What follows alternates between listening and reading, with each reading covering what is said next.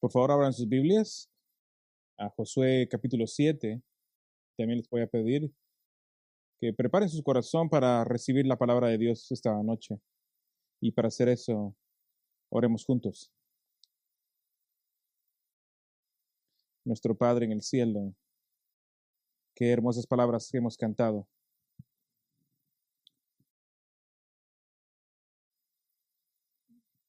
Con esta paz que nos da, incluso en nuestros finales días. Oramos, Señor, que tú nos humilles durante este mensaje, nos santifiques para preparación para ese día. Así que para que podamos buscarte y esperarte con anticipación. Ayúdame a hablar tu palabra con claridad y aplicarla con firmeza. Oramos esto en el nombre de tu Hijo Jesús. Amén.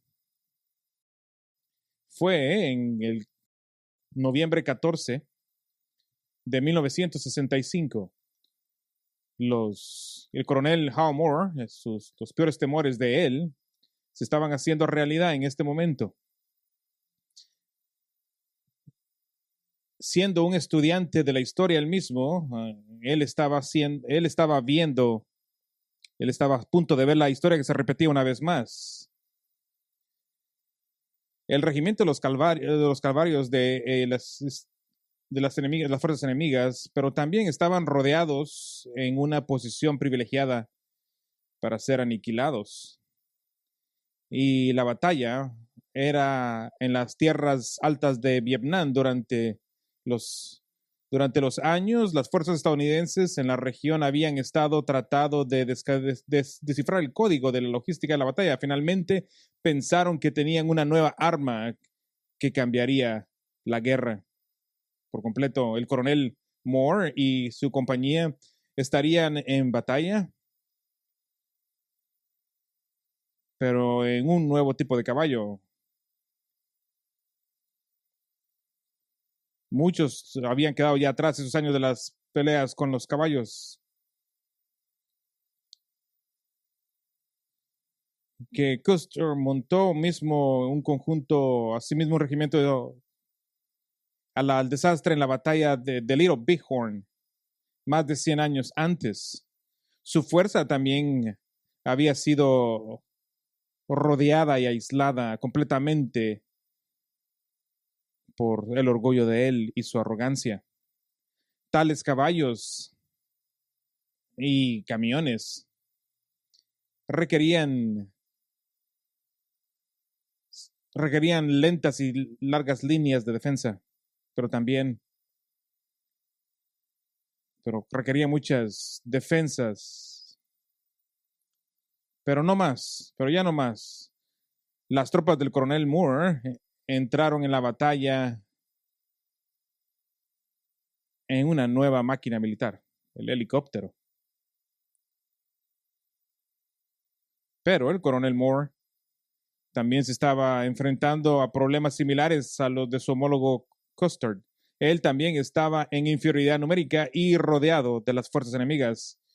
Y estas parecían tener soldados limitados. ¿Cómo esto pasó? ¿Cómo esto llegó a ser? Ellos han volado a su ubicación temprano en esa mañana con órdenes simples de encontrar al enemigo y destruirlo. No tenían idea de cuántos o dónde estaban. Ellos solo tenían una estrella en el mapa que decía, creemos que aquí el enemigo está. Pero antes de las primeras horas, parecía que no habían enemigos, soldados. Y esto se sentía más como un ejercicio de entrenamiento, pero el coronel Moore, siendo un estudiante de la historia, pero también tenía fija la mente de sus propios hombres o algunas frases que se había acordado. Y él es famoso por decir que no pasa nada, excepto que no pasa nada. Él había puesto esas palabras en la mente de sus soldados.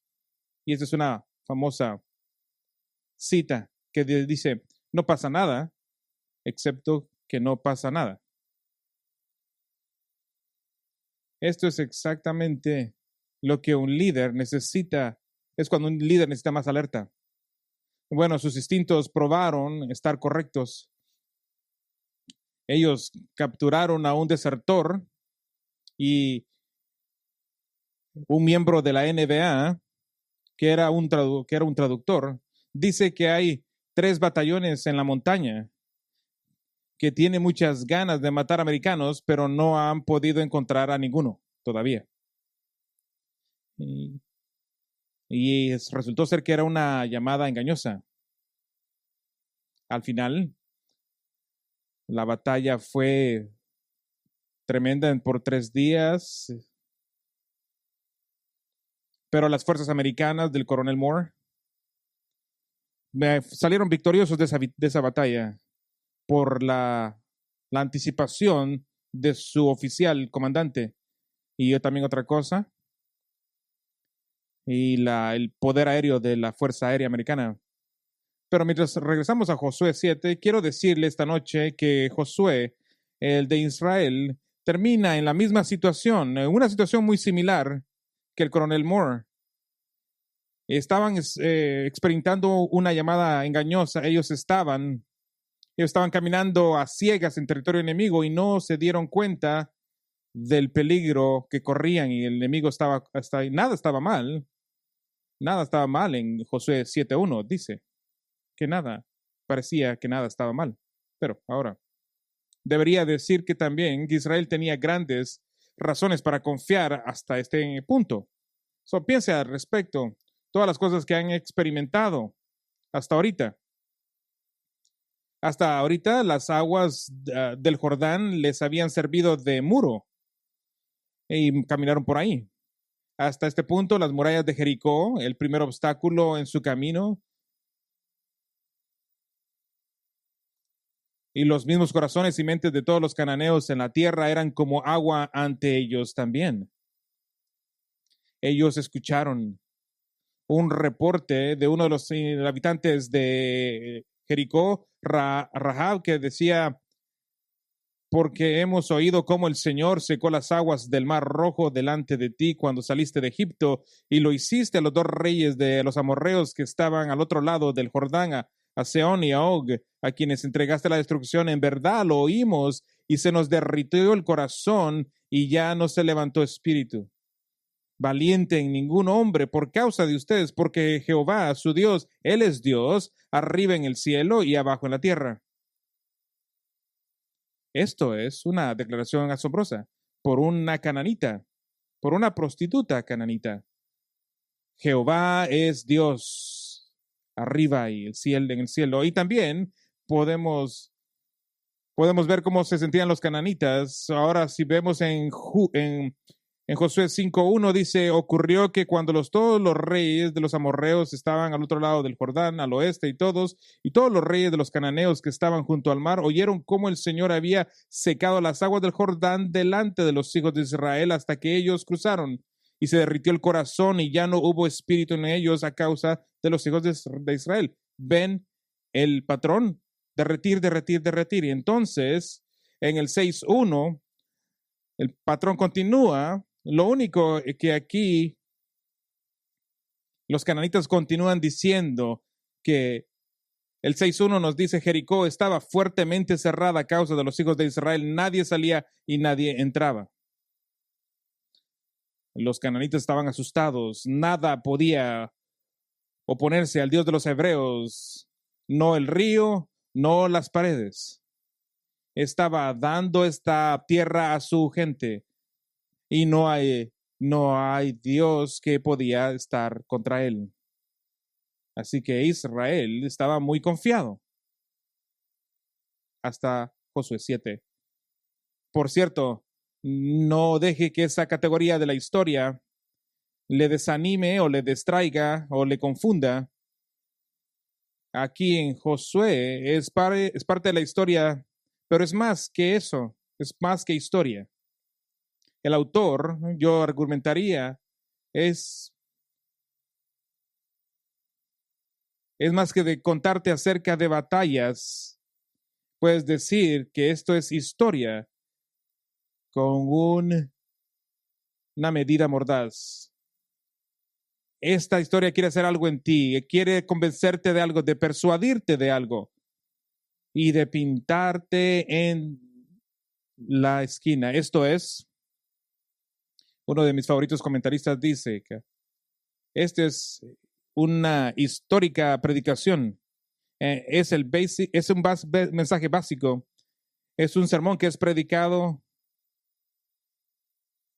Nuestro Dios es grande y es en su fidelidad. Esto es el sermón del libro de Josué. Y si tú lo puedes dividir en dos partes, el libro de Josué 1 al 12 y después de Josué 13 al 21.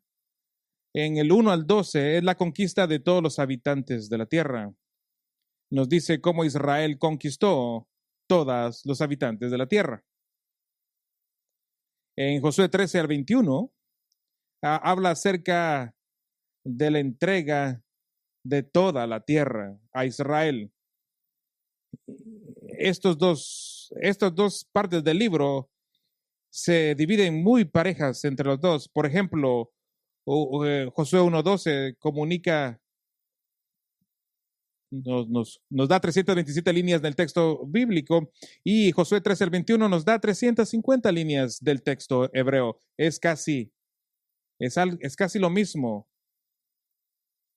Este libro es acerca de la conquista y de dar la tierra a Israel. Y el punto de todo esto, el punto de predicación es del autor de Josué que está haciendo, y estoy convencido que fue Josué que lo escribió, es que Dios ha sido 100% fiel a sus promesas. Él mantiene el pacto con Abraham, con Isaac y con Jacob, y también ha cumplido incluso hasta el día de hoy. Por cierto, esto no significa que todas las promesas abrahámicas han sido cumplidas en Josué. Pero el punto es el mismo. Dios es fiel. Pero su fidelidad está en dos maneras. Y usted debería tener cuidado. Ahora, te dije que fuéramos a Josué 7. Pero fue un error. Vamos a Josué 21. Josué 21. Te está explicando, márquelos en su Biblia. Esta es la foto más grande de Josué. Josué 21, 43 al 44, básicamente hace un resumen de todo el libro. Y dice esto, verso 43, de esa manera el Señor dio a Israel toda la tierra que había jurado dar a sus padres, y la poseyeron y habitaron en ella. Y el Señor les dio reposo en derredor conforme a todo lo que había jurado a sus padres. Ninguno de sus enemigos pudo hacerle frente. El Señor entregó a todos sus enemigos en sus manos. Note eso. El verso 45 cubre el verso. El autor ahora ha llegado al final de la fidelidad del Señor para mostrarla. Y ahora trae el martillo teológico para llevar el punto del libro. ¿Y cuál es el punto? ¿Cómo está tratando de ponerte en la esquina? Mire el versículo 45. No faltó ni una sola de las palabras buenas del Señor que el Señor había dicho a la casa de Israel. Todas se cumplieron. Tu Dios ha sido fiel. Todas sus promesas se han hecho realidad. Estás en la esquina por la fe, por la fidelidad de Dios. El libro de Josué nos dice una gran historia de la fidelidad de Dios, de su fidelidad, de lealtad.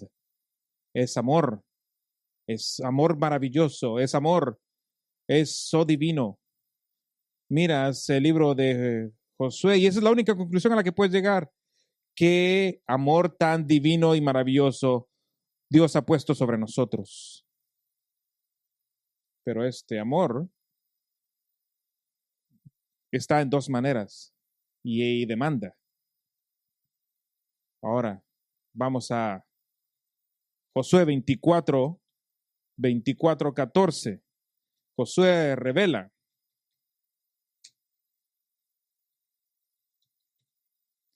A Josué 14. Ahora pues teman al Señor y sírvanle con integridad y con fidelidad.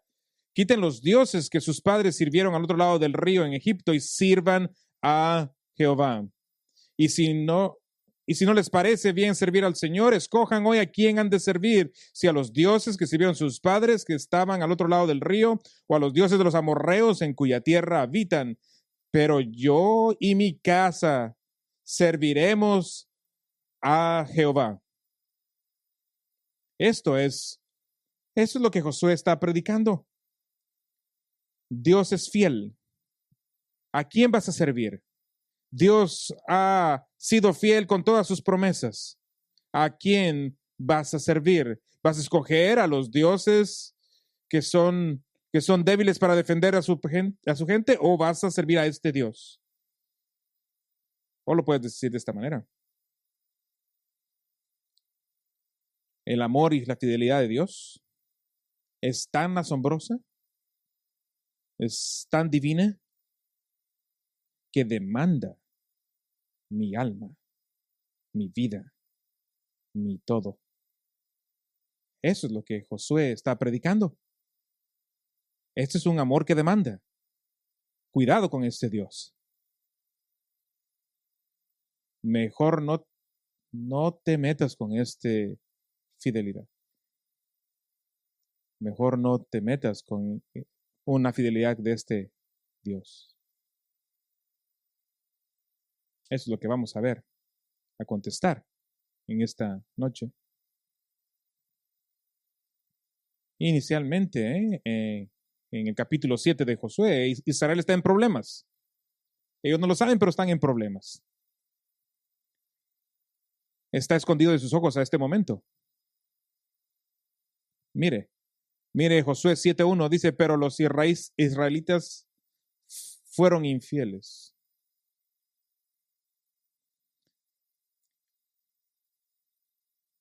Así que los hombres fueron y cuando regresaron a Josué,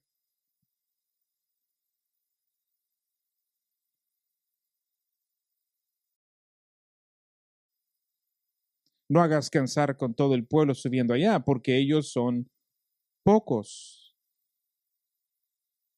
Así que subieron allá unos 3,000 hombres del pueblo, pero huyeron ante los hombres de Ai. Y los hombres de Ai hirieron de ellos a unos 36 hombres y los persiguieron desde la puerta hasta Sebarim y los derrotaron en la bajada. El corazón del pueblo desfalleció y se hizo como agua. ¿Qué fue? ¿Cuál fue el problema de Israel? ¿Cuál fue su problema? Podemos decir algunos problemas. Parece que hay problemas.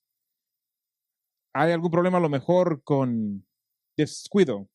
Y si comparas este relato con otros relatos de batallas, puedes darte cuenta la ausencia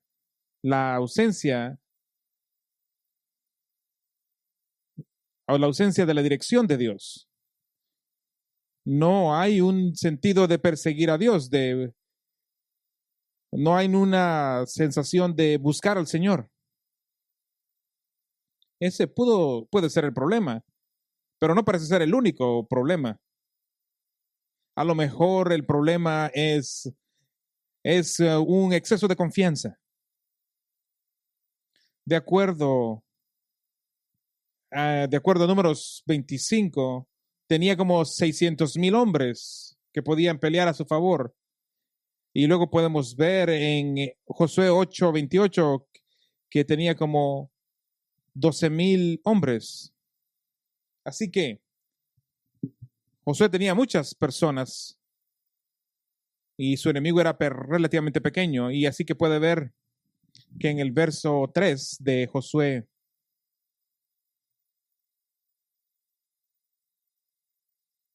esencialmente le dice, no, que no se desgaste todo el ejército en esta pelea.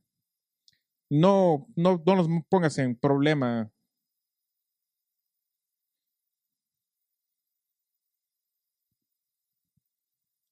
O un exceso de confianza, a lo mejor. A lo mejor eso fue por el lenguaje, podemos determinar eso. Pero eso no parece ser el único problema que vemos aquí. A lo mejor tenemos dudas, desesperación. El versículo 6. Josué rasgó sus vestidos y postró el rostro al tierra delante del arca del Señor hasta el anochecer. Él y los ancianos de Israel lo echaron polvo sobre sus cabezas. Y el verso 7, y Josué dijo, oh Señor Jehová, ¿por qué hiciste pasar este pueblo del Jordán para entregarnos después en las manos de los amorreos y destruirnos? Ojalá nos hubiéramos propuesto habitar al otro lado del Jordán. Eso, por cierto, suena mucho como los espías en Números 15, ¿no es cierto? Oh, Señor, del versículo 8, ¿qué puedo decir? Ya que Israel ha vuelto la espalda ante sus enemigos. Los cananeos y todos los habitantes de la tierra se enterarán de ello y nos rodearán y nos borrarán de nuestro nombre de la tierra. ¿Y qué harás tú por tu gran nombre? A lo mejor era duda, a lo mejor era desesperación. Algunas notas aquí. La locación donde estaba Ai podría ser, posiblemente, podría ser Irak, y eso podría ser hasta en las orillas del Jordán.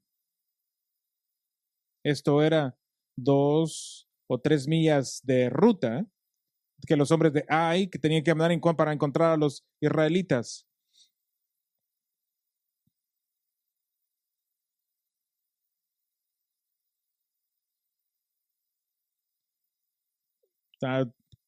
Tiene 600,000 hombres, puede haber un poco de arrogancia.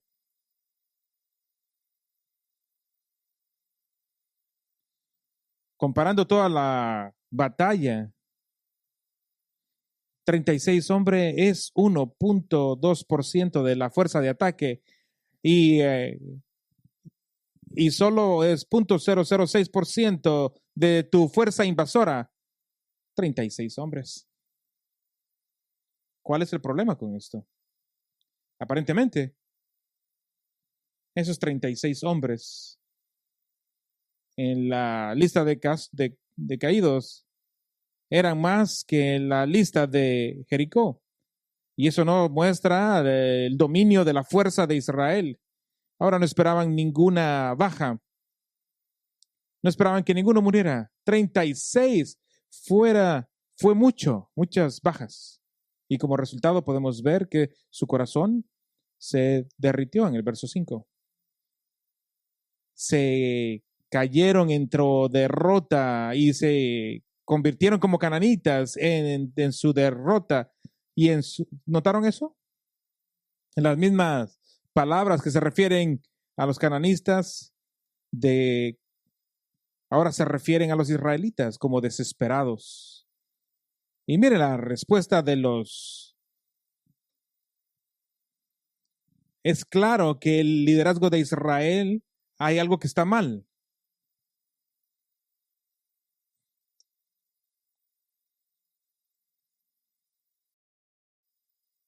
Y podemos ver la duda y la confusión a través de la oración de Josué, ¿verdad? Note esto, hay miedo, van a destruirnos ahora. Note que hay duda. ¿Dónde estás ahora? No sería bueno que estuviéramos mejor del otro lado del Jordán. Había mucha tierra del otro lado. Pero yo podría decir que no hay pecado en esta oración. Note la preocupación de Josué. El nombre de Jehová. Esa era su preocupación. De hecho, eso nos recuerda mucho de la generación anterior, pero también nos muestra cómo la oración que falta de fe puede verse. Pero mírenle lo que podemos ver en Josué 7.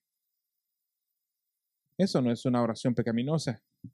De hecho, podría ser que Dios podría haber estado orquestando todo esto para que ellos vinieran a Él.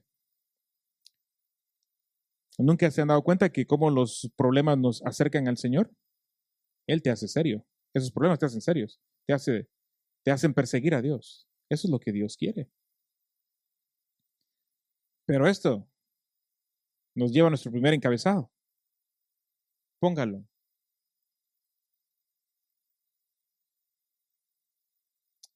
Los pecados de la soberbia o la sobria presencia del pecado. Pero cuando él dice esto es lo que piensa. Tú realmente no deberías. Tú deberías primero interpretarlas a través de los lentes del autor quiere que los interpretes. Y puedes darte cuenta que pasa el versículo 1, ¿qué es lo que dice? Después de Jericó y después de esa gran victoria, ¿qué es lo que dice? Los hijos de Israel actuaron pecaminosamente.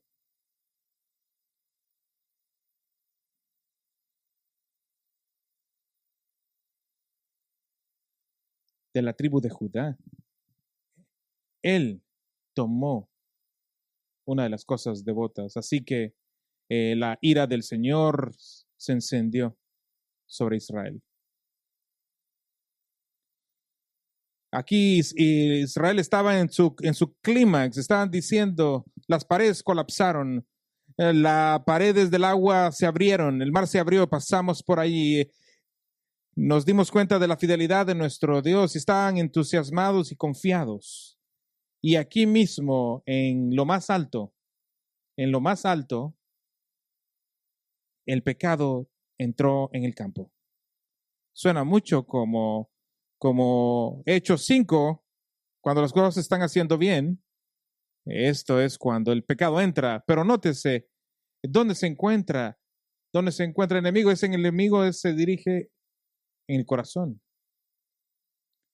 Y si has leído la Biblia hasta este punto, sabes que Judá es la corona, la joya de la corona.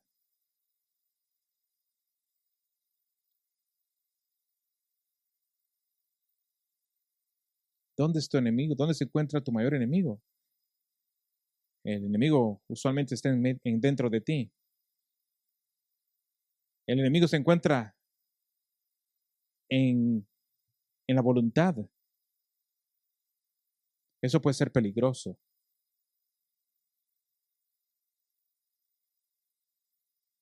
Pero ¿qué es tan sobrio acerca del pecado aquí? Algunos pensamientos aquí. El pecado siempre puede llevarnos a muchas consecuencias en tu vida. Nótese, el pecado secreto en Israel les causó que corrieran en derrota y en desesperación y habían sido dominados por la desesperanza, por la ansiedad. Pero también note que el pecado secreto puede llevarte a una falta de una espiritualidad, alerta en la espiritualidad. Simple y sencillamente descuidas la oración. Israel está en las manos de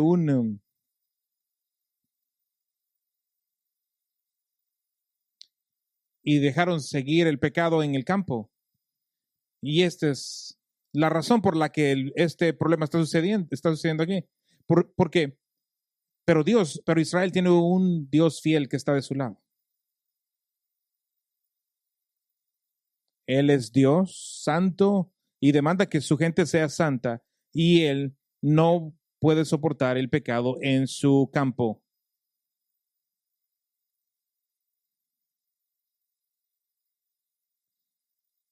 Algunas veces esto significa que te va a llevar a la ansiedad.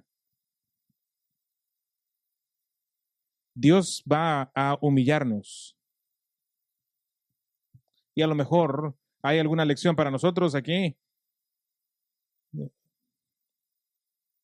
A lo mejor deberíamos de orar y ayunar cuando nos sentimos muy seguros acerca de nosotros. También deberíamos de buscar la voluntad de Dios y humillarnos a nosotros cuando todo está yendo bien. Deberíamos nosotros humillarnos delante de Dios para que estar seguros que Él no nos humille.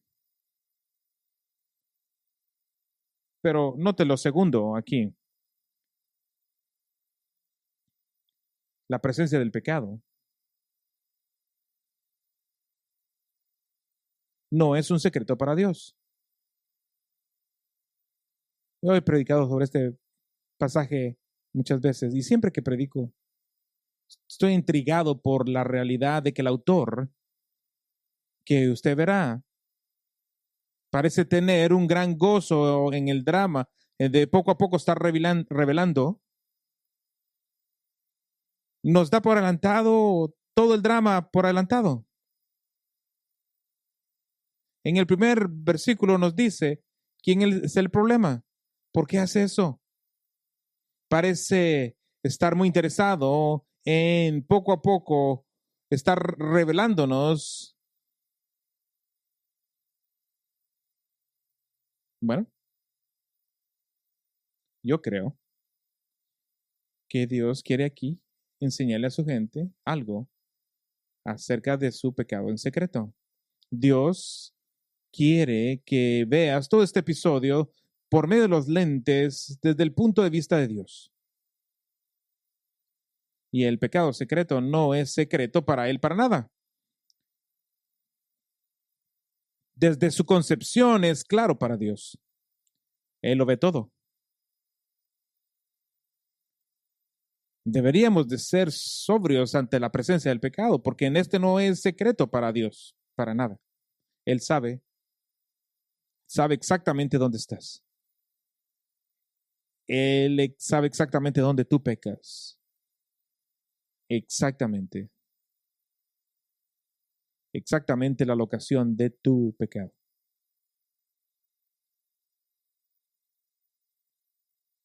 ¿Vas a esperar a que Él te humille o te vas a humillar tú mismo delante de Él?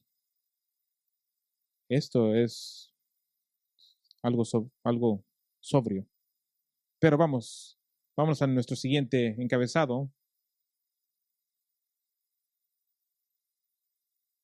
El versículo 10. El Señor le dice a Jehová: levántate, porque te has postrado rostro en tierra. Israel ha pecado y también ha transgresido mi pacto que les ordené, y hasta han tomado de las cosas dedicadas al anatema, y también han robado y mentido, y además las has puesto entre sus propias cosas. No pueden, pues, los israelitas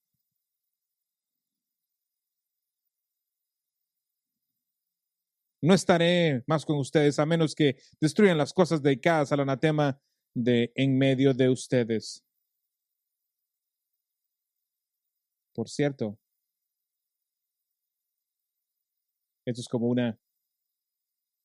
una pirámide, como un quiasmo, y paralela a un versículo con otro. Y el mismo centro de la narrativa es esta frase: yo ya no estaré contigo más.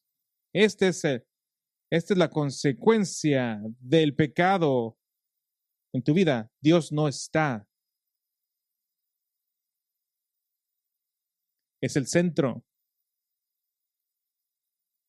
Pecado en el corazón de la nación es algo serio, porque eso va a ocultar la presencia de Dios en sus corazones. Y lo vemos lo mismo en los creyentes.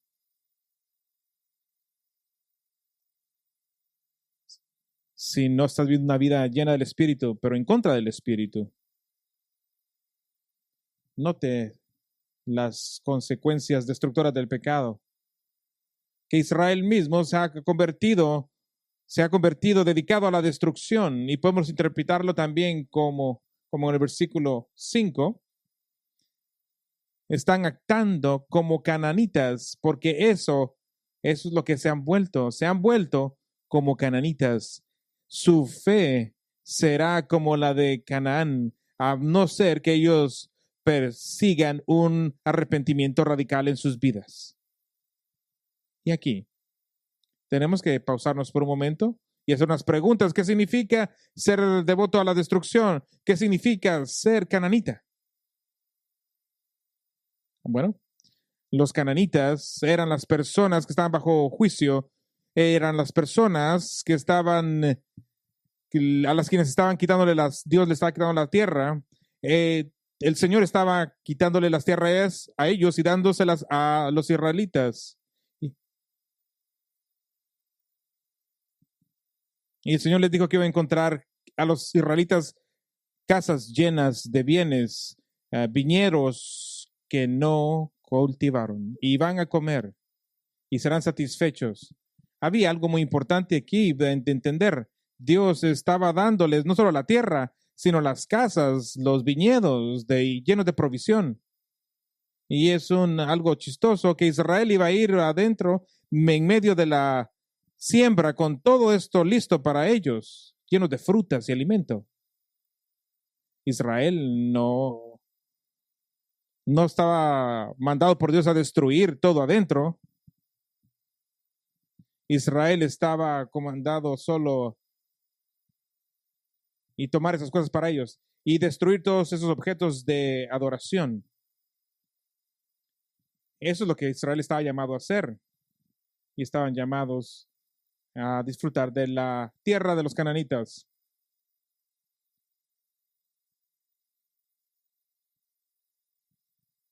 Y esta ciudad era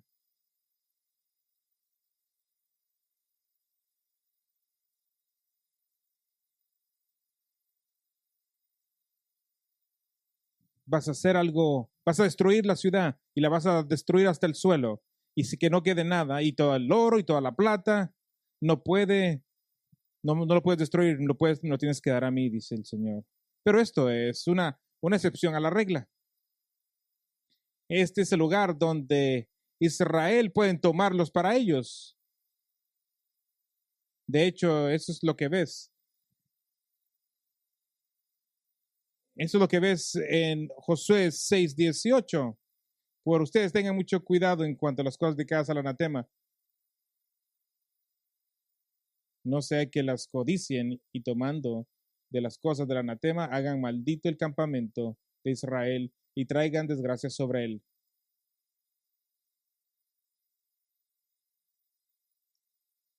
Justo antes de que Israel vaya a entrar, Dios les dice una última advertencia.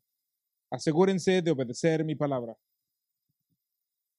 Esto es exactamente como sus padres, como cuando vas a Disneyland y los padres te detienen allí y les dice, vamos a tener mucha diversión hoy. Incluso en esos juegos que te dan la vuelta. Pero ¿sabes cómo puedes arruinar este día? Por medio de la desobediencia. Regresaremos al carro y vamos a irnos a la casa y arruinas el día. Antes de que entremos a la tierra prometida, asegúrate que cómo puedes arruinar es cuando me desprecias mi instrucción. Israel pecó aquí. El pecado de Israel aquí es abrumador. no es un pecado, no es una falta traída a ellos por alguna tecnicalidad mosiánica. No es que un israelita tocó un cuerpo muerto por accidente. No, esto es un pecado de rebelión directa a Dios, porque Dios fue claro al decir, no tomes nada del oro de ellos, pero lo demás lo puedes tomar. Esto es un mandamiento claro y razonable de Dios a los israelitas. Pero otra pregunta aquí, antes de que nos vamos adelante, ¿por qué los cananitas están recibiendo este juicio tan severo? ¿Tú sabes por qué? Porque las páginas de la Escritura están llenas de la justificación de este juicio hasta este punto. De hecho, esta es una promesa, este juicio es una promesa. En Génesis 15:16 prometió a Abraham la tierra y le dijo, y les dijo, la iniquidad de los amonitas no se ha completado. La paciencia de Dios estaba esperando décadas después de décadas. Ellos se van a repetir.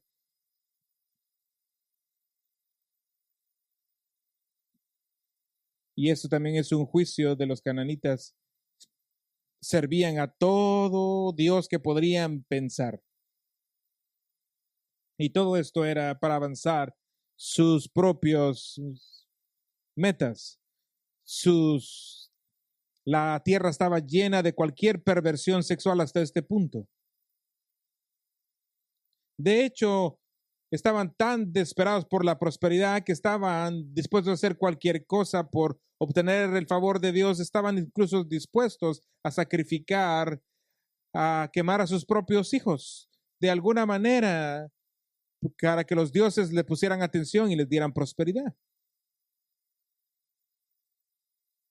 De hecho, la humanidad no ha avanzado mucho, si lo piensas cuidadosamente. Aquí Israel está siendo llamado a juicio por un pecado de la gente.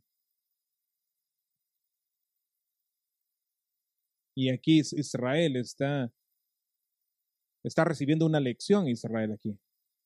Esto es lo que sí el pecado hace. Así que leemos en Josué 6:21, destruyeron por completo a filo de espada todo lo que había en la ciudad, hombres y mujeres, jóvenes y ancianos, bueyes, ovejas y asnos. Ellos fueron fieles a obedecer, por lo menos en parte. Pero esto nos hace hacernos otra pregunta. Y la pregunta es esta: ¿qué clase de Dios es este que matara y destruyera a tantas personas, jóvenes y viejos, o mujeres y niños? ¿Qué tipo de Dios es este? Este es un Dios santo que está separado del pecado. Isaías 6:3. Lo que estaban diciendo los querubines en Isaías 6:3 es: Santo, santo es Dios, la tierra está llena de su gloria.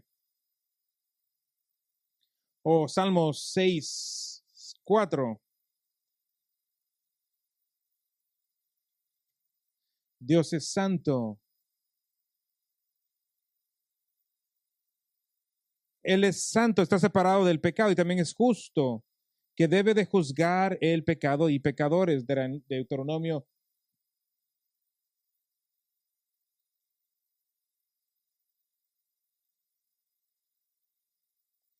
No hay injusticia en él. La rectitud del Señor.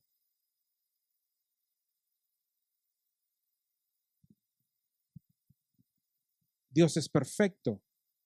El Dios que declara este juicio en este Dios es santo y justo.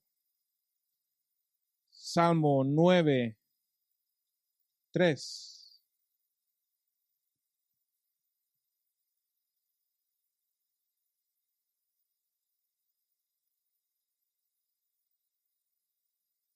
Si él no juzga a los pecadores,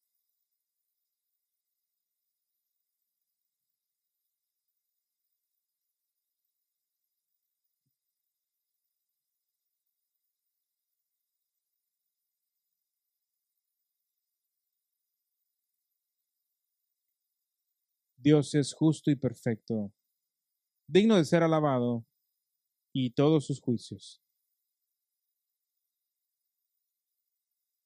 Ese es el estado de los cananitas, están condenados delante de un Dios santo por su acto de rebeldía.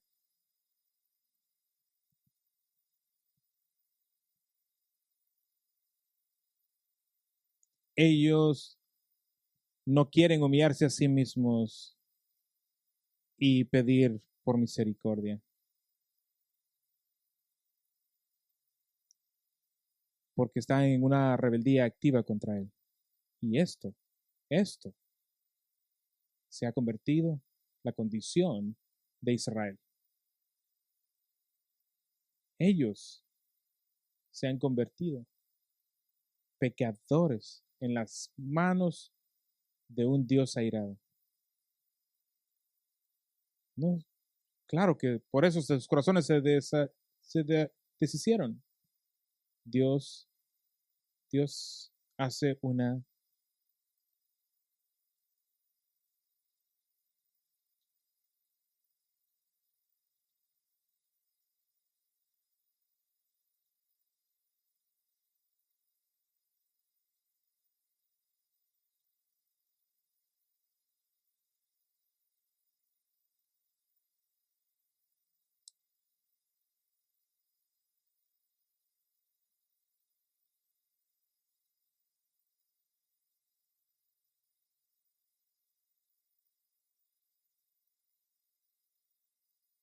y la familia que el Señor señale se acercará por casas. Y la casa que el Señor señale se acercará hombre por hombre. Y será que el hombre que sea sorprendido con las cosas dedicadas al anatema será quemado, él y todo lo que le pertenece, porque ha quebrantado el pacto del Señor y ha cometido una terrible ofensa en Israel.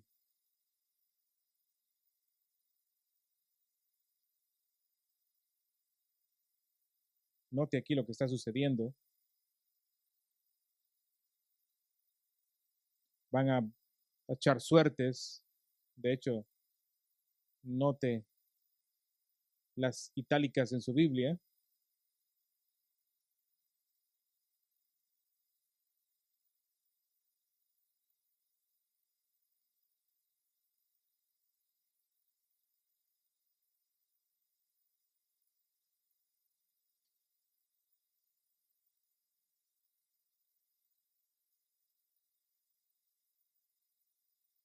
El proceso al que se refiere probablemente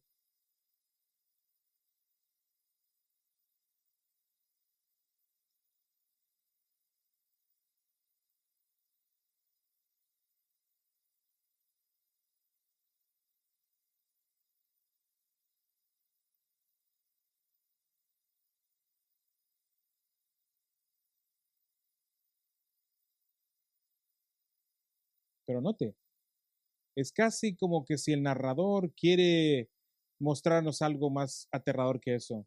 La palabra es dura de lo normal, de la palabra tomada.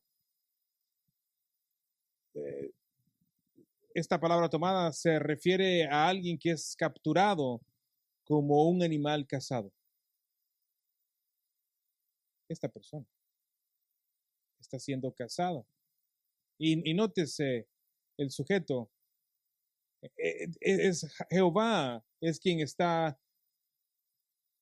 cazando al pecador en Israel. Una vez más, esto es Jehová, Jehová. ¿Quién es en control? ¿Quién es en control? ¿Quién está estado en control en todo este capítulo? ¿Quién es? Es Jehová. Es Jehová, Jehová, Jehová. Pero requiere la obediencia del hombre.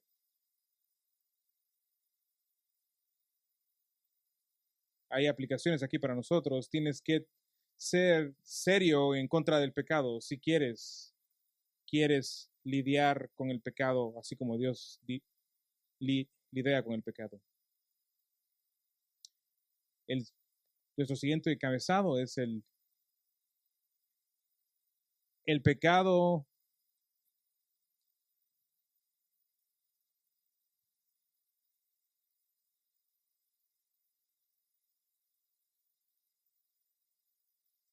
la joya de la corona, la mejor tribu, fue tomada y trajo a la familia de Judá, a la familia de Sera.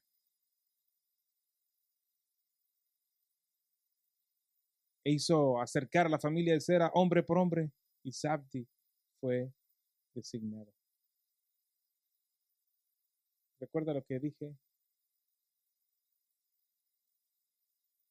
¿Recuerda lo que le dije que el narrador le gustaba hacer por medio de suspenso? Esto es suspenso. ¿Cómo puede ser ellos? ¿Cómo puede ser él? Nunca lo hubiera pensado.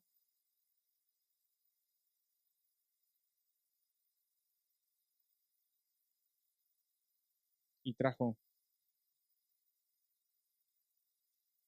su casa a Zabdi, hombre por hombre.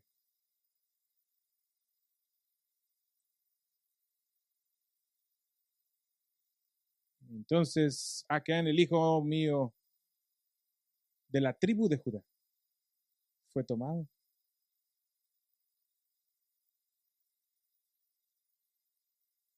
Entonces Josué dijo a Acán: hijo mío, te ruego, da gloria al Señor, Dios de Israel, y dale alabanza. Declárame ahora lo que has hecho.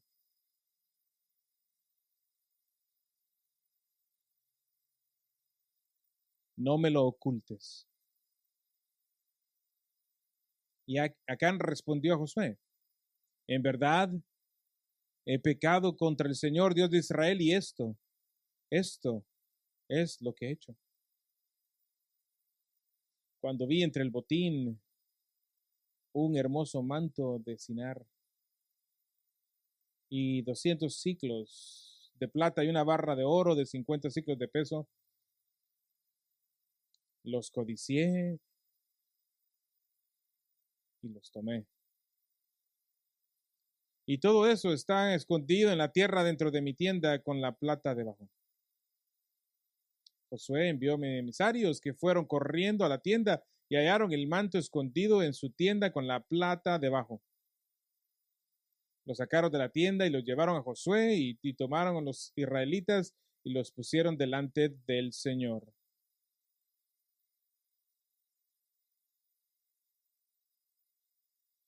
El Señor siempre descubre el pecado.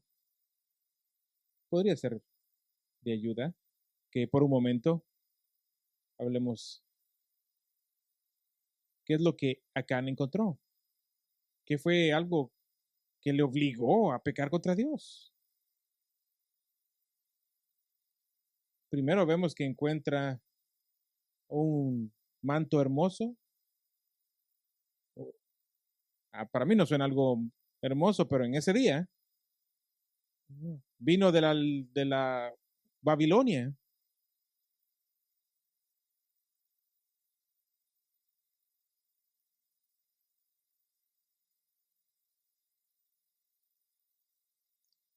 Lo más seguro es que podía haber sido para probar estatus más que para cubrirte.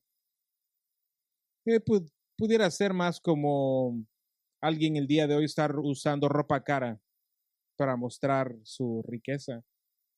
200 ciclos de plata podrían ser como 5 o 6 libras de plata, una sola barra de oro de 50 shekels, como una libra y media de oro. Puedes ver aquí, puedes ver aquí la foto. Esto es como un pequeño bulto. Pero cuando pones todo eso junto, esto, el valor neto,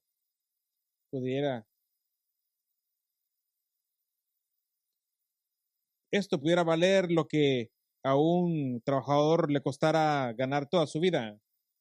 Todo lo que a una persona le costara toda su vida ganar. Esto era un paquete deseable. Parece ser que el pecado aquí es algo de material, pero también es el orgullo, ¿verdad? Porque quiere presentarse como alguien que es rico, afluyente, exitoso. Y pudiéramos ver algunas aplicaciones aquí.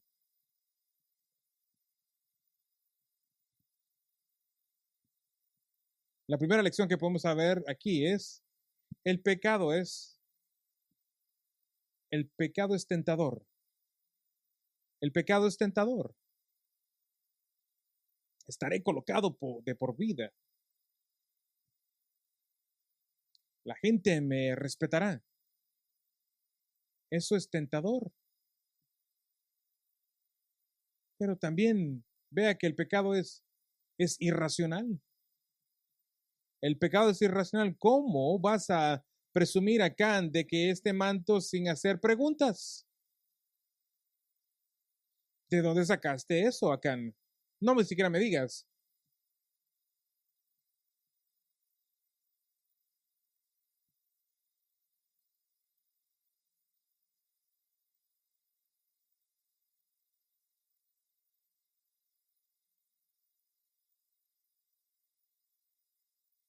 El pecado es irracional. ¿Qué vas a hacer cuando tus amigos te pregunten de dónde lo conseguiste? Pero el pecado también es interno, en primer lugar. Fíjate en algunos aspectos de la confesión de Acán.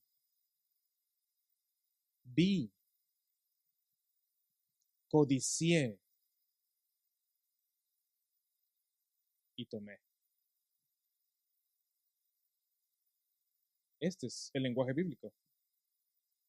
Este es el lenguaje bíblico. De hecho, esto es uno de los 10. Deuteronomio 5:21, no codiciarás la mujer de tu prójimo, ni seas la casa de tu prójimo, ni su campo, ni su esclavo, ni su esclava, ni su buey, ni su asno, ni cosa alguna que sea de tu prójimo. Noten, Acán habló acerca de su pecado. Del mismo vocabulario que Dios utiliza, Acán utiliza para, está lleno de la ley de Dios. Sabía que era pecado. Incluso hasta sabía el proceso del pecado, pero aún así lo hizo.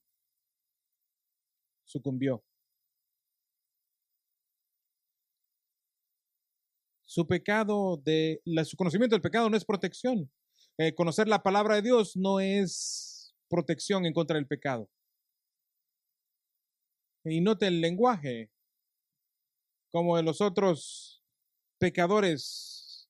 ¿Dónde hemos escuchado estas palabras antes? Yo vi y tomé y lo codicié. En Génesis 3. Entonces la mujer vio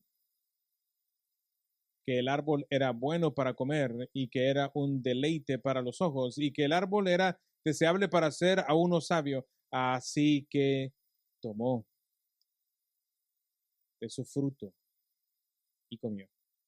Y dio también a su marido con ella y él comió. Vea, cuando pecas, usted peca de adentro hacia afuera. Es siempre.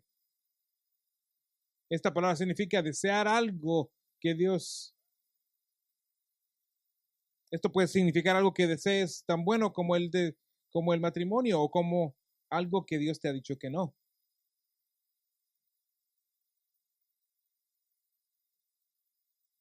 Desear es algo de adentro. Piensa en esto. ¿Cuál fue el pecado de Acán? El pecado de Acán no comenzó con algo, comenzó no con algo que él tomó fuera de Jericó. El pecado comenzó con algo que él metió a Jericó.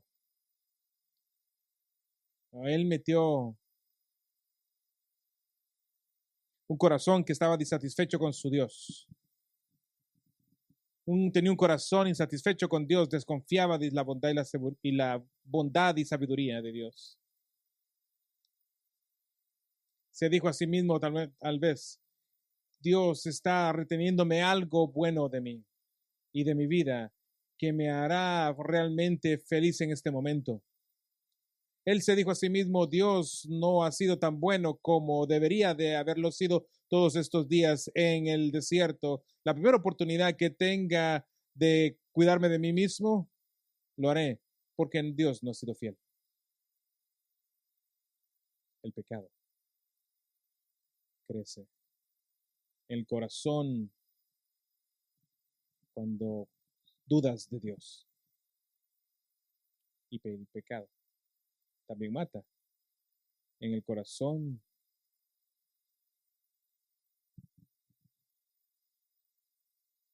el pecado es matado cuando confías en el Señor, tienes un corazón que confía en Dios. Y ahí es donde el pecado es destruido.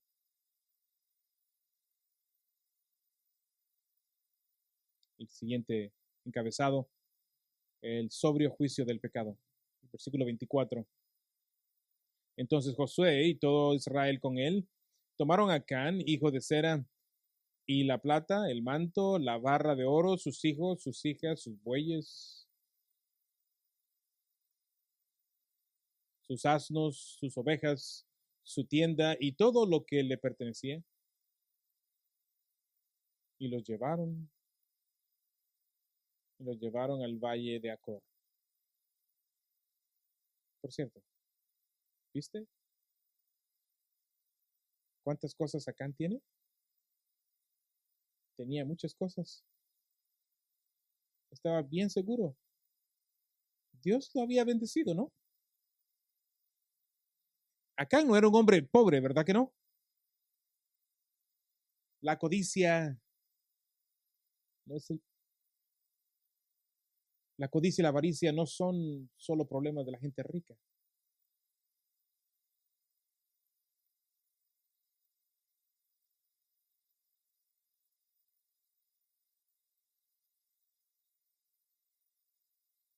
Versículo 25, y Josué dijo, ¿por qué nos has turbado? El Señor te turbará hoy. Todo Israel los apedreó y los quemaron después de haberlos apedreado.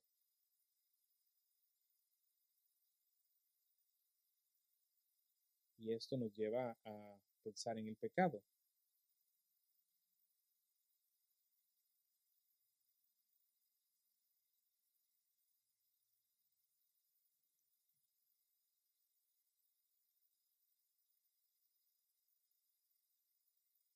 Y hasta este día se llama el Valle de Acor hasta el día de hoy. Pregunta para ti. ¿Eso no te preocupa? Debería. Este capítulo debería de preocuparte. Está diseñado para que te preocupe. Esa es la inspiración de Dios con el fin de preocuparte. Este es Dios que siempre descubre el pecado. Y déjame sugerirte 3 sugerencias que esta historia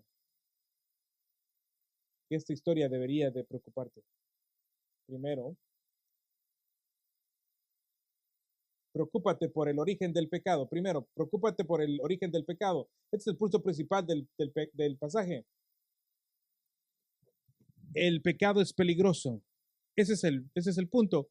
El pecado es peligroso. Y es especialmente peligroso porque de ahí vienen nuestros deseos. Tú no estás peleando contra un enemigo externo únicamente, pero estás peleando con un enemigo de adentro, porque el peligro es que viene de adentro. Tu enemigo es interno. No hay algo más torpe como un deseo o un pensamiento interior. No puedes decirlo. He pensado, debe ser verdad. Me siento de esta manera. Así debe de ser verdad.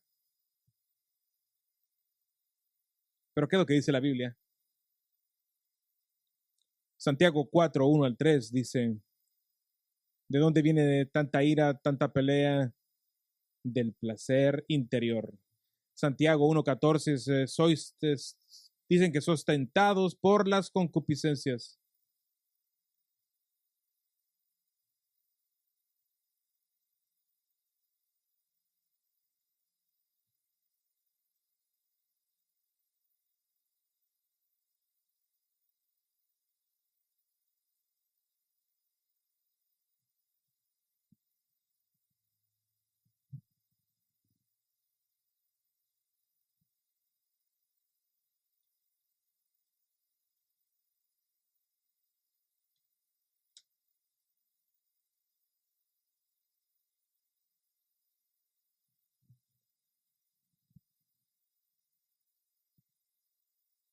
O Santiago 1:14. Sino que cada uno es tentado cuando es llevado y seducido por su propia pasión.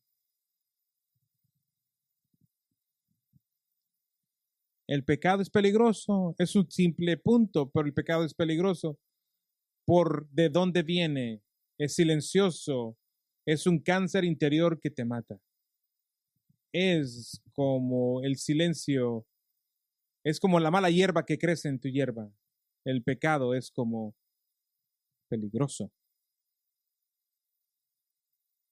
Pero este peligro también habla de la esperanza que Dios provee, de la liberación que se encuentra en el nuevo pacto. Hay una aplicación aquí, una aplicación opuesta.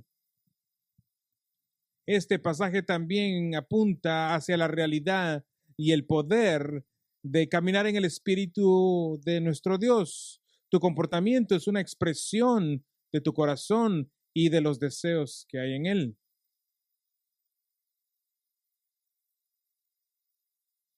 Y el verdadero cambio solo viene en una renovación del hombre interno cuando tus afecciones son cambiadas por el poder del Espíritu. Y la verdadera transformación puede pasar cuando cuando el Espíritu Santo hace esto en el creyente, renueva tu mente, cambia tu corazón, dirige tu voluntad.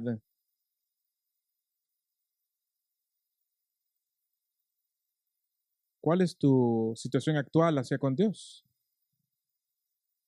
¿Es una cercana comunión con Dios? ¿O estás distante? Lleno de desconfianza, lleno de duda, de ansiedad, etcétera. No, por cierto, tus acciones seguirán a tus afecciones. Tú dices que no ha sido Dios bueno contigo. Si dices, seguirás tus afecciones. Pero también deberías de preocuparte por las consecuencias del pecado. No solo es que el pecado es peligroso, pero también es que el pecado trae consecuencias devastadoras. Es como la hierba que nunca se queda.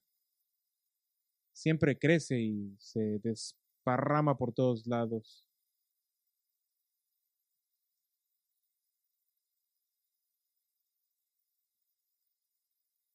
El pecado entrará en todas las áreas de tu vida y te devastará. El título de este mensaje es El lado perturbador del pecado secreto e individual.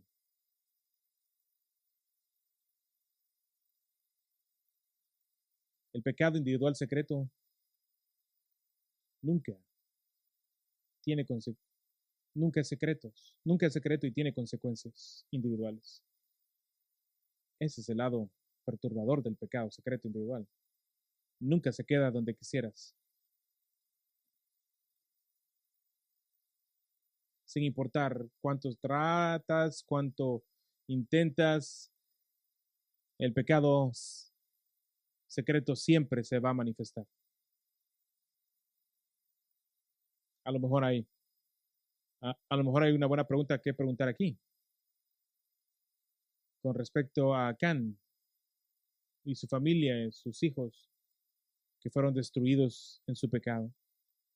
¿Es esto, así es como Dios normalmente opera?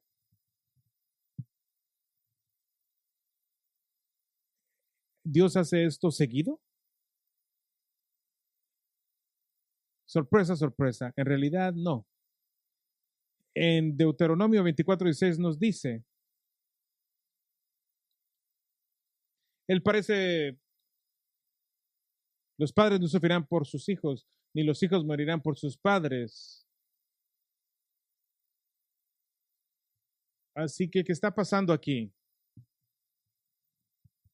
¿Por qué Dios está hablando en contra de su propia palabra? No, porque no es que Dios está más enojado ahora o no. Dios está tratando con sus hijos.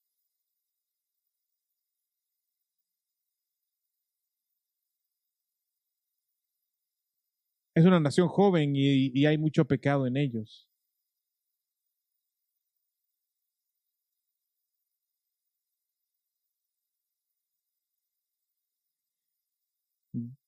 Dios está tratando severamente con el pecado por su fidelidad. La calamidad, el desastre, la consecuencia de que Israel vea a Can y su familia como un punto pedagógico. Dios quiere mostrar a su nación, a su hijo pequeño Israel, acerca de su pecado y de las consecuencias y de lo secreto que el pecado es, pero que nunca es secreto y siempre hay consecuencia. Y usó a Can como referencia. Es como decir, mira el pecado, lo que causa. Mira, Dios está diciendo, puedo parecer duro aquí, pero créeme, el pecado será más duro. Y es por eso que estoy tratando contigo de esta manera. Pero alguno de ustedes puede preguntarse, ¿tenía que destruir a toda la familia? Bueno, por alguna cosa.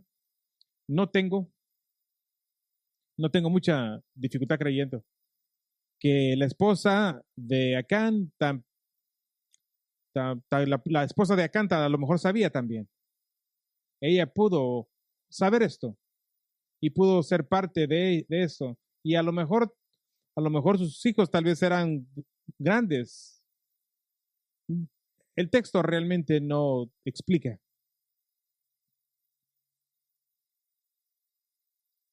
Mi posición mira, el paralelo de la destrucción de los cananitas en Josué 6 y la destrucción de Acán en Josué 7. Es como que el narrador está tratando de decir, él solo quiere decir, miren esto, miren a esto, las situaciones paralelas. Acán, a pesar de que es de Judá, es realmente un cananita. Antes de que sufra el mismo juicio que los cananitas. De hecho, mire cómo reacciona. Recuerda cómo la historia va. Pero Josué le dice a Israel lo que va a hacer. Y luego las suertes llegan hasta Aiken.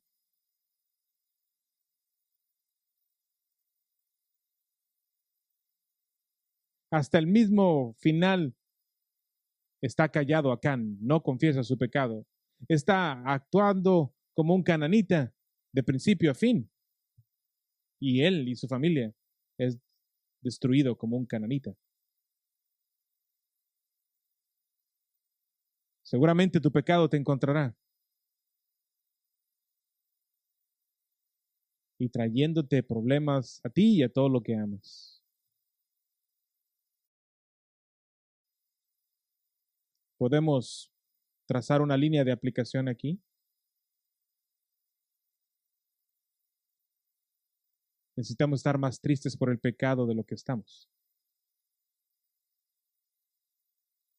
Deberías, después de leer esto, de decir, necesito estar más triste por el pecado, por mi pecado. Necesito sentir la devastación que puede causar el pecado o mi pecado secreto. Pero hay una manera más, que esta historia está destinada a molestarte. También deberíamos estar preocupados por la expiación del pecado. Estoy confiando en la revelación extendida, pero déjame decirte esto. Si tú estás preocupado por la muerte de los inocentes en esta historia, tú deberías estar más preocupado por por la muerte de tu Señor Jesucristo hoy, porque esto debería traer más preocupación en tu vida. Deberías de amar el hecho de que Dios trató a muchos como a uno y que trató a uno como a muchos. Tú deberías de amar, que deberías de preocuparte en adoración y en confesión y en actitud de gracias. El pastor Steve lo leyó esta temprano, Romanos 5, 17. Mucho más reinará en la vida por medio de un hombre,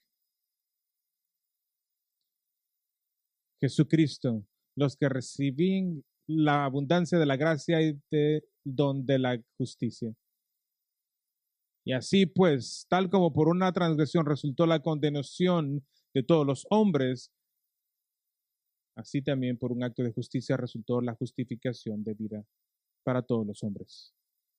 La muerte de Jesús te enseña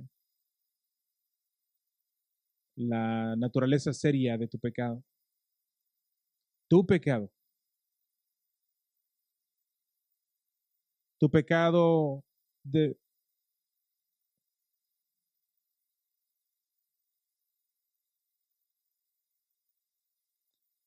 esto es pesado. Esto es un juicio que yo no quiero enfrentar, que no puedo creer que Cristo me haya salvado a mí y ha sufrido por mí. Eso es lo que mi pecado merece. Y en la resurrección de Jesús también te enseña de lo serio de la salvación. Has sido justificado, has sido levantado con Cristo, estás delante de Dios como si nunca has pecado y tú estás en el proceso de santificación y tienes eternidad, por la eternidad está asegurada tu salvación a tu favor.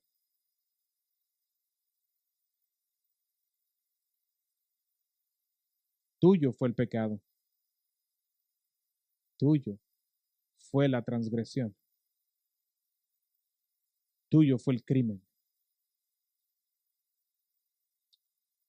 y de él fue el dolor, de él fue la angustia, de él fue el dolor, de él fue la muerte, de él fue el juicio, de él fue la ira. Y esta gracia de Cristo está disponible al pecador más vil que se arrepienta. Acán será por siempre recordado como la definición verdadera de un cananita, pero también en las páginas de Josué tenemos la verdadera descripción de los israelitas, y es pues una sorpresa para nosotros porque un cananita misma y una prostituta, quien vio la justicia de Dios y en vez de correr de ese juicio, ella corrió hacia su juicio futuro para ser su salvador de hoy. Ella es la israelita de israelitas. Oremos. Nuestro Dios, nuestro Salvador, En ti fue puesta toda nuestra culpa y en nosotros queda toda tu justicia. Entre nuestros corazones y haz una operación en nuestros deseos y nuestras afecciones y causa que nunca seamos engañados. Causa que corramos del pecado y corramos hacia ti. Oramos todo esto en el nombre tuyo. Amén.